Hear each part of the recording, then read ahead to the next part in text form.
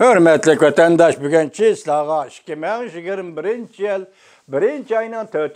günü endişelerge özümüzün bilişi dairesi de saylan doğrusu da bir işkiğiz gep kılıp bakaylı.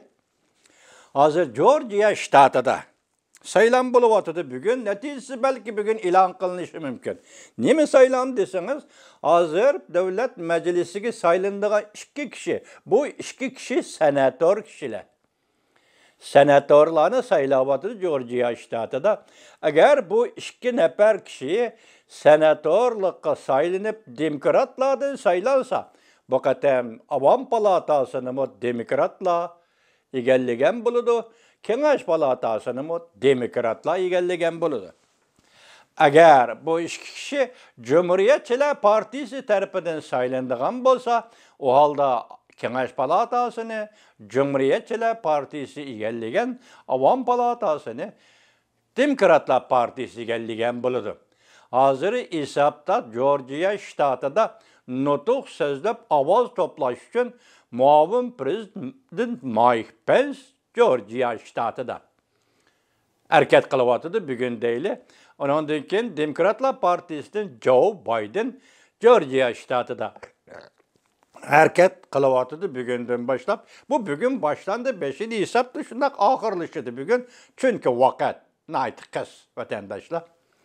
Eğer şunda perez kılansız hazır, Nancy Pelosi hanım avam palatasıda palata başlığı bop saylandı. Bu katem eğer Georgia'daki mışı tamponlaştırıp 2 san, yani senatörlerini saylaydıgan san meselesi de yani demokratla uftuvaladıgan, yenivaldıgan bolsa, uçağda Kengaş palatası mı, avam palatası mı, Demokratlar Partisi'nden koludu buludu. Hoş, prezidentço. Bu meselen aldığımızdaki prezidentke belgileydiğen prezidentke bu ahval kandak tesir körüstüşü mümkün, hürmetli vatandaş.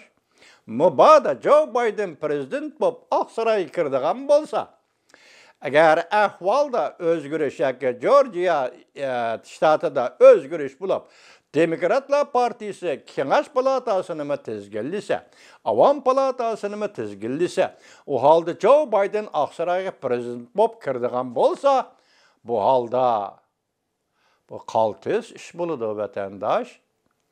Mesela Prezident Joe Biden'ın siyaseti menimce oyluğunum da devlet meclisi de tosalgıga uçurmaydı.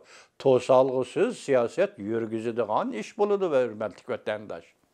Mübada 2 palata, Kengaş palatası ve avam palatası Demokratlar Partisi'nin koludu bulup, bu katem prezident bulup Aksaray'a, yani bir katem prezident Trump kirdiğen bolsa, o çağda Prezident Trump'ın siyasetleri, belgilegen siyasetleri malum derecede avam palatasının toskulluğuna ve malum derecede Kengaş palatasının toskulluğuna uçraydı. Mesela Cumhuriyetçiler Partisi'nin McConnell bana şu katem nemiş kıldı. Prezident Trump dedi, biz Amerika fıralarına $2000 kutkuzuş bulu tarıktımız dese, McConnell bu adam onu Kengaş palatası da tok tutup koydu. Bu McConnell Kengaş palatası da köp sallıklarının daisiydi. Kengaş palatası da köp sallıkla Cumhuriyetçilerdi. Cumhuriyetçiler Partisi'nin azası, yani Cumhuriyetçiler Partisi'nin Kengaş palatasıdaki daisi McConnell bu $2000'dan halkı berdiğen kutkuzuş pulunu toksuz koydu. Kısık işmiş yeri çıkıvadıdı. Mesela McConnell, senatör McConnell aynı vaxta Prezident Trump'ı kollagan.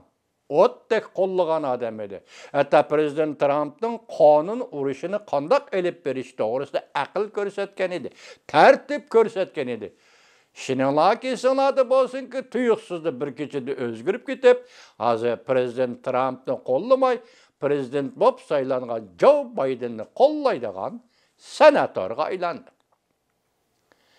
Endilikte bugün 4. islah, ötede 5. islah bilet sanaydı.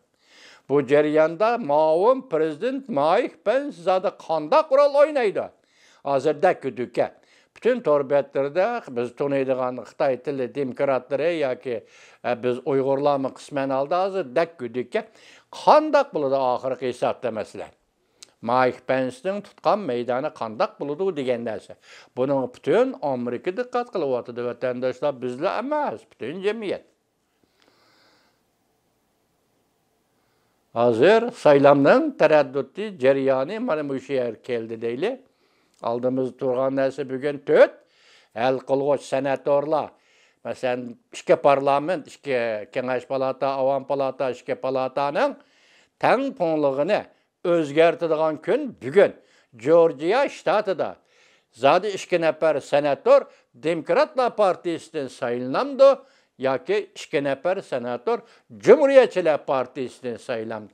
Hal qilg'uch Kurashning hal qilg'uch qadami bugun soat ama bugun 1-oyning 4-kuni kechda e'lon qilinishi mumkin.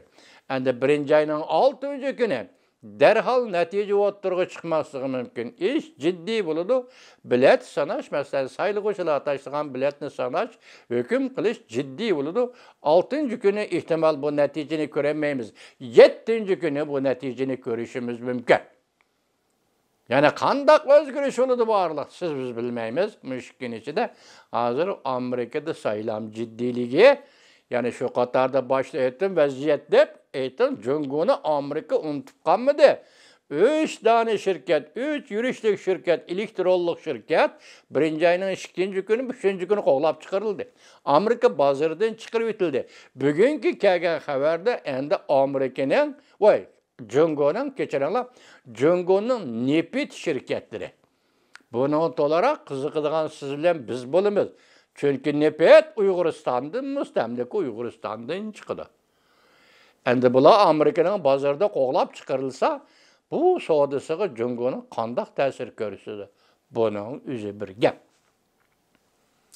Bugünkü siyerlerimiz muşu vatandaşlar, muşu 2 gün, 3 gün intayın ciddi gülle vatandaşım.